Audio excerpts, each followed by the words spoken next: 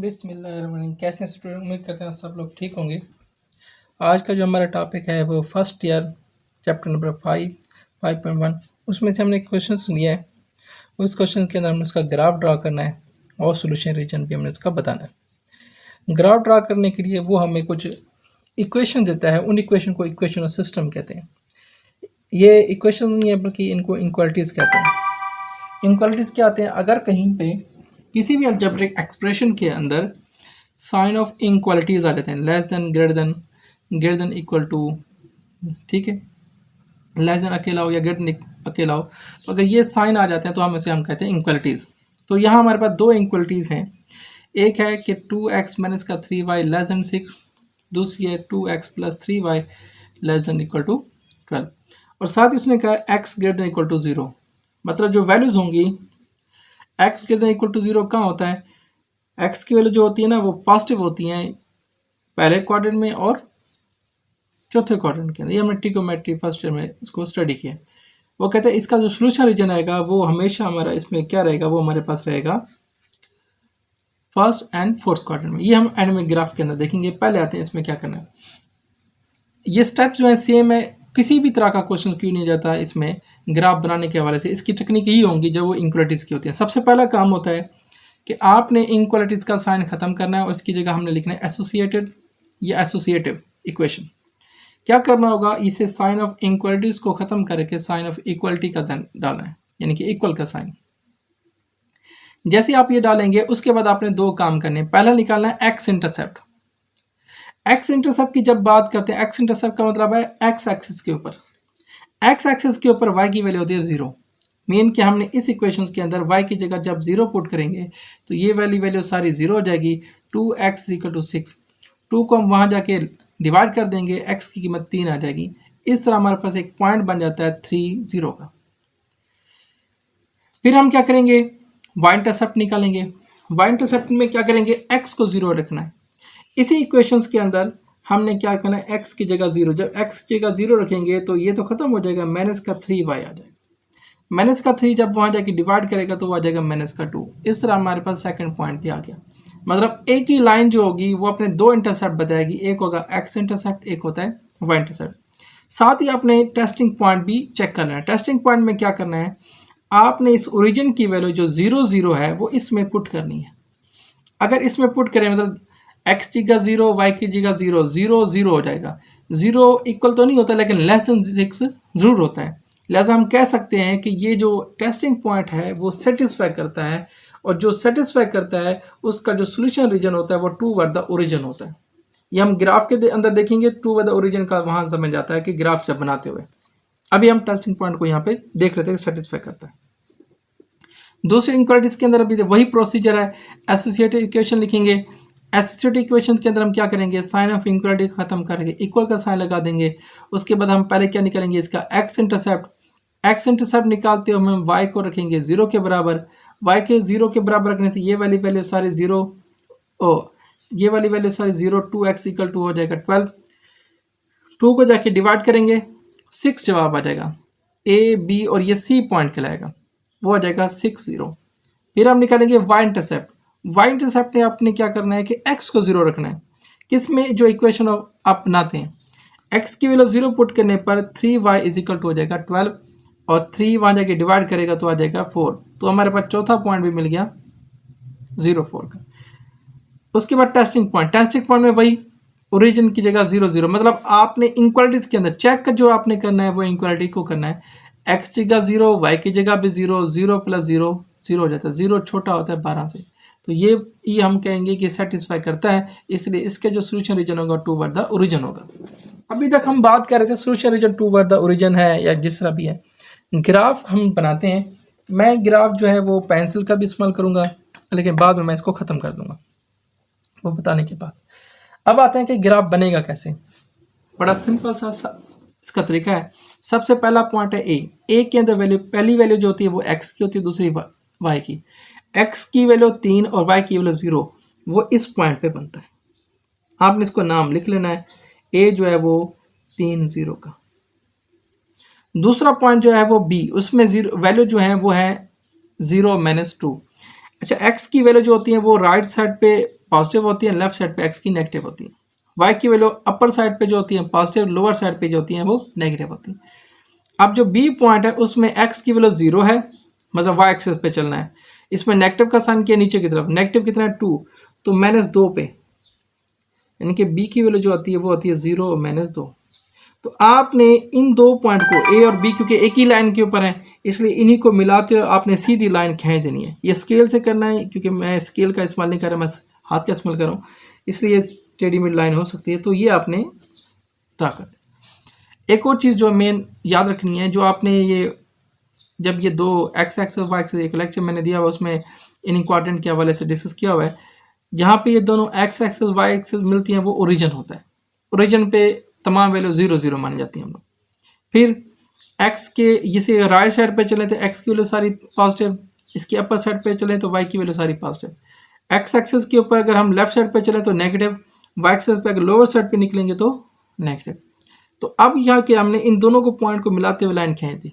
तो ये लाइन है जिसके ऊपर ये दो पॉइंट है। पॉइंट बहुत सारे होंगे इस लाइन के ऊपर, लेकिन हमने सिर्फ x इंटरसेप्ट और y इंटरसेप्ट को लेना है। अब ये बन गया। दूसरी लाइन के ऊपर हमने, क्योंकि ये एक लाइन है और ये भी एक लाइन है, दूसरी लाइन के दो पॉइंट हैं। सी की वैल्यू जो है वो है 6 0, यानी कि x की वैल्यू जो है वो 6 है, पॉइंट लिखना लाजमी, और y की वैल्यू 0।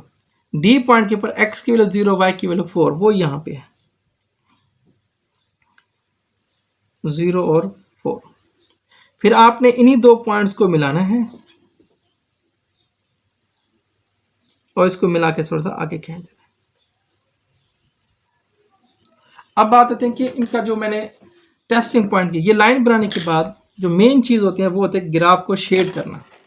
मैं इसको पहले पेंसिल से कर रहा हूँ, आप भी पेंसिल से करना, लेकिन असल काम पेन से होना है या बॉल पॉइंट से जो आप कर रहे हो।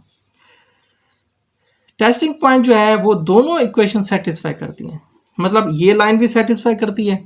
अगर मैं लाइन इसकी बात करता हूँ तो इसका सोल्यूशन रीजन मैंने कहा था टूवर्ड द ओरिजिन, ओरिजिन है इसके ऊपर की तरफ, तो इसका जो शेडेड एरिया होगा वो ऊपर की तरफ जाएगा, ये सारा का सारा ऊपर होगा। इसी तरह जो दूसरी लाइन है ये भी सेटिस्फाई करती है, उसका रीजन जाएगा टूवर्ड द ओरिजिन, ओरिजिन की तरफ लाइन डालनी है, मतलब इस लाइन से ओरिजिन की तरफ जाना, ओरिजिन नीचे की तरफ तो नीचे की तरफ जाना, ऐसे ये सारी लाइनें हमने लगा दी।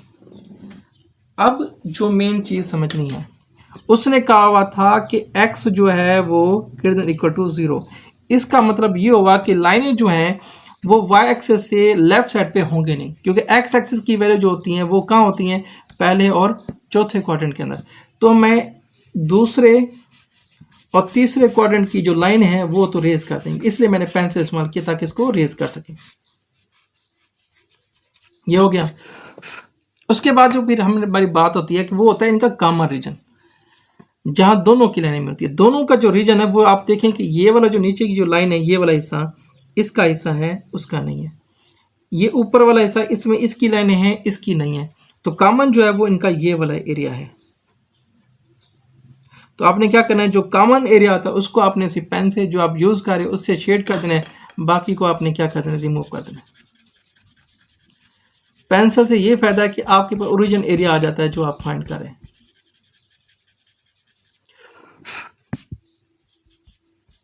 तो इस तरह आप एक ही ग्राफ के अंदर सारी चीजें क्लियर कर देंगे, तो आपको दो दो ग्राफ या तीन तीन ग्राफ बनाने की जरूरत नहीं पड़ेगी। नेक्स्ट क्वेश्चन की तरफ चलते हैं। अच्छा, नेक्स्ट क्वेश्चन जो है उसमें हमने बताना है वो है एक्सरसाइज 5.2 में से फर्स्ट ईयर की। इसके अंदर जो इनक्वालिटीज हैं वो हमारे पास तीन है, 1 2 और ये तीन इनक्वालिटीज हैं। प्रोसीजर में इसमें हमने उसने पूछा कि फिजिबल रीजन जो होता है वो फर्स्ट क्वाड्रेंट का सोल्यूशन रीजन होता है। लेकिन अभी हम देखते हैं कि कैसे निकलता है। पहला काम तो वो होता है कि आपने इसके पॉइंट्स निकाले हैं, जो पॉइंट बनते हैं उसके बाद हम सोल्यूशन रीजन बनाएंगे ग्राफ के अंदर। पॉइंट के अंदर भाई इनक्वालिटीज दी हुई है, एसोसिएटिव इक्वेशन लिखेंगे, इनक्वालिटी का साइन खत्म करके इक्वल का साइन लगाएंगे। फिर हमने एक्स इंटरसेप्ट लेते हुए वाई को 0 पुट करना है। वाई को जब 0 पुट करेंगे तो x कीमत 4 निकलेगी, हमारे पास एक पॉइंट बन जाएगा, उसकी कीमत है 4 और 0। फिर y इंटरसेप्ट निकालेंगे तो x को 0 पुट करेंगे इसी इक्वलिटी इक्वेशंस के अंदर। जब x को 0 पुट करेंगे 2y = 4 हो जाएगा और y की कीमत निकलेगी 2। यानी कि दूसरा पॉइंट जो हमारे पास बनेगा वो बनेगा 0 2 का। इसको टेस्टिंग पॉइंट के ऊपर चेक करेंगे। टेस्टिंग पॉइंट में क्या करना है, आपने ओरिजिन की वैल्यू 0 0 जो है इस इनक्वलिटीज़ के अंदर पुट करनी है, पुट इनक्वलिटीज़ के अंदर करनी है। एक्स की जगह 0, वाई की जगह 0, दोनों 0 0 हो जाते हैं। 0 बराबर नहीं होता लेकिन छोटा ज़रूर होता है 4 से, इसलिए सेटिस्फाई करता है। तो इसका सोल्यूशन रीजन जो आएगा वो टूवर्ड द ओरिजिन आएगा। ये बात भी ध्यान में रखनी है। दूसरी इनक्वलिटीज़ के अंदर भी 3x प्लस का 4y is equal to less than equal to लिखा हुआ है 36। एसोसिएटिव इक्वेशन, ये एसोसिएटिव इक्वेशन में हम साइन ऑफ इनक्वालिटी को ख़त्म करके इक्वल का साइन लगा देंगे। फिर हम लोग क्या करेंगे, पहला एक्स इंटरसेप्ट। अब वाई इंटरसेप्ट पहले ले सकते हो, कोई हर्ज नहीं है। एक्स इंटरसेप्ट जब लेंगे तो वाई को 0 पुट करेंगे। वाई को 0 पुट करने पर 3x इक्वल टू हो जाएगा 12। 3 जाके डिवाइड करेगा और x की कीमत निकलेगी 3x इक्वल टू 36 और 3 जब डिवाइड करेगा 12। इस तरह हमारे पास पॉइंट बनेगा 12 and 0 का। फिर हम इसका y इंटरसेप्ट निकालेंगे और x की कीमत लिखेंगे 0 के बराबर। जब इसमें x की जगह 0 पुट करेंगे तो 4y इज इक्वल टू 36, 4 जाके डिवाइड करेगा और d की वैल्यू आ जाएगी 0 9 की। तो इसको टेस्टिंग पॉइंट के ऊपर भी वो चेक करेंगे। 0 0 पुट करने पर ये भी 0, ये भी 0, 0 लेस देन 36 होता है, इसलिए सेटिस्फाई करेगा और इसका solution region toward the origin होगा। ये बात लाजमी लिखनी है। नेक्स्ट तीसरी इनक्वलिटीज़ के अंदर क्या है, 2x plus Y is equal less than equal to 10 है। तो इसमें भी एसोसिएटिव इक्वेशन लिखेंगे। एसोसिएटिव इक्वेशन लिखने के बाद हम लोग क्या करेंगे कि x इंटरसेप्ट लेंगे, y को 0 रखेंगे और x की कीमत निकलेगी 5 और पॉइंट होगा E50। फिर हम y इंटरसेप्ट लेंगे, x को 0 रखेंगे। x को 0 रखने पर y की वैल्यू 10 निकलती है, तो हमारे पास छठा पॉइंट निकल आता है f, वो है 0 10 का। टेस्टिंग पॉइंट के हवाले से अगर बात करें तो 0 0 पुट करना है इनक्वलिटीज़ के अंदर, यानी कि x की जगह 0, y की जगह भी 0। x और y की जगह 0 0 पुट करने पर 0 लेस देन 10 आ जाता है, तो हम कहेंगे कि ये सेटिस्फाई करता है। ये तो थे कि पॉइंट्स, ये हमने पिछले क्वेश्चन में भी किया, इसमें भी हमने पॉइंट्स निकाले। अब आते हैं ग्राफ कैसे बनेगा और फिजिबल रीजन कैसे बनता है। ग्राफ और फिजिबल रीजन की तरफ चलते हैं। अच्छा जी, ये 6 पॉइंट निकले थे हमारे पास। ए में है 4 0, बी में है 0 2, सी में 12 0, डी में 0 9 है और ई में 5 0 और एफ में 0 10 है। अब हम तरतीब से चलते हैं। ए और बी एक ही लाइन के हैं, मतलब मैं इसे शो करवा रहा हूँ। ये एक लाइन के हैं, ये सी और डी ये दूसरी लाइन के हैं, ये ई और एफ जो है वो तीसरी लाइन के पॉइंट्स हैं। तो ये अपनी लाइन के ऊपर लाई करेंगे, फिर बाद में देखेंगे कौन कौन सा मैच करता है। ए के ऊपर है 4 0 का, तो 1 2 3 4 5 6 7 8 9 10 11 12। अच्छा, इसका जो पॉइंट है वो पहला है ए का, वो है 4 and 0 का। तो इसका दूसरा पॉइंट है वो है 0 2 का, वो इस पॉइंट पे होगा 0 2, वो है पी। इसी को इन दोनों को मिलाना है। ये मिलाने के बाद आपने इसको खींच देना, ठीक है। साथ साथ चाहें तो आप ये करते हैं, बेहतर है कि आप इसका क्या करें। इसमें एक और कंडीशन लिखी हुई थी, वो भी ध्यान में रखें। X greater than equal to 0 और Y greater than equal to 0। मतलब आपने क्या करना है, जहाँ ये चीज़ें लिखी हो फर्स्ट क्वाड्रेंट से बाहर जाना नहीं है। मतलब फर्स्ट क्वाड्रेंट में है, वो फर्स्ट क्वाड्रेंट ये है, तो क्योंकि इसकी लाइन जो है वो पहले ओरिजिन की तरफ आती है, तो इसकी लाइन मैं ऐसे ड्रा करूँगा। ऐसे ड्रा कर लेते हैं, फिर इसको रिमूव करता हूँ। लाइन जैसे एक ड्रा करते हैं, आप उसकी सोशल रीजन बताते जाएं, पेंसिल से बताएं तो ज़्यादा बेहतर है, आसानी होती है। ये सारा रीजन आता है, ये वाला सारा इलाका है, लेकिन उसने कहा हुआ है कि x greater than equal to 0, y greater than equal to 0। तो इसलिए इसका रीजन जो आएगा वो x एक्स से नीचे वाला एरिया नहीं आएगा और इसका भी इसी तरह नहीं आएगा। मतलब पहले क्वाड्रेंट से बाहर इसका कोई भी एक लाइन भी शो नहीं करवानी। इसलिए मैंने इसके लिए किया, बाकी के लिए फिर हम उसको कर लेंगे। तो इसका मतलब है इसका जो रीजन बनेगा वो ये बनता है, यहाँ से ये। अब दूसरी लाइन के पॉइंट्स हैं 12 0, यानी कि x की कीमत है 12 और y की कीमत है 0 और ये पॉइंट है C। और दूसरा इसका पॉइंट है 0 9 का, वो यहाँ पे है। तो इन दोनों को पहले मिला लेते हैं। तो इन दोनों को मिलाते हुए ये लाइन हमने नीचे की तरफ खींच देनी है, इसकी मैंने लाइन ऊपर तरफ खींच देंगे। अब क्योंकि इसका रीजन जो है वो फर्स्ट क्वाड्रेंट में आएगा, फर्स्ट क्वाड्रेंट में रखना है। जब ये दोनों कंडीशन है फर्स्ट क्वाड्रेंट से बाहर, ये तो इसका सोल्यूशन रीजन ऐसे आएगा, क्योंकि ये सेटिस्फाई करती है टू द ओरिजिन।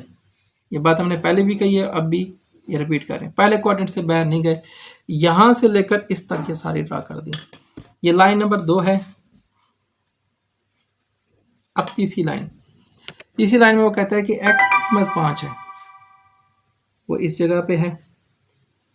ये पॉइंट है E 5 0 का, और f जो है वो ये है जिसमें 0 और 10 है। अगर आप 0 10 और इसको मिलाते हैं, ये वाला पॉइंट इस तरह नीचे की तरफ आएगा ऐसे। तो इसका जो रीजन आएगा, हालांकि ये नीचे की लाइनें भी आती हैं, ऊपर की आती हैं, लेकिन पहले क्वाड्रेंट से बाहर अपनी लाइनें ये शो नहीं करवाएगा। ये तरह अगर आप गौर करें, इस वाले रीजन के अंदर इस लाइन के हिस्से जो एरिया शेडेड है, इसका और इसका यहाँ शामिल नहीं है। यहाँ आते हैं तो इस वाले पोर्शन में ऊपर वाली लाइन का भी हिस्सा शामिल है, इसका भी शामिल है, लेकिन इस वाली लाइन का हिस्सा नहीं है। एक ये वाला रीजन बनता है, ये वाला, जहां पे तीनों लाइनों का हिस्सा शामिल है। इसलिए आप सारी लाइनें रिमूव कर देंगे,